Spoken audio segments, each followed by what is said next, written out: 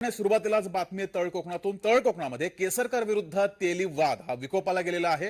तेलींची भाजपातून हकालपट्टी करा अशी केसरकरांनी मागणी केली आहे. विधानसभा निवडणुका या तोंडावरती आहेत आणि या पार्श्वभूमीवर शिंदेची शिवसेना आणि भाजपामध्ये तळकोकणामध्ये वाद हा विकोपाला गेलाय. तेलींची भाजपातून हकालपट्टी करा अशी मागणी केसरकरांनी केली आहे.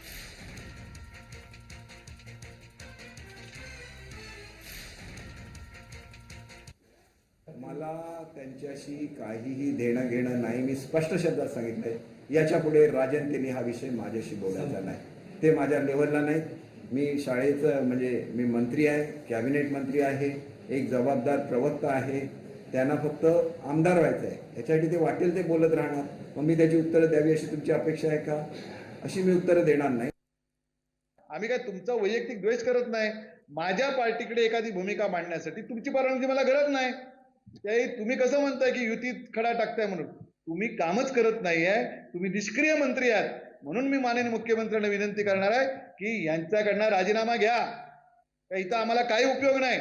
आणि म्हणताय मला ग्रीनिज बुकात नोंद झाली. स्वतःची पाठ कसली स्वतः फोडून घेताय? कदाचित ग्रीनिज बुकात नोंद तुम्ही काय करत नाही म्हणून झाली असेल.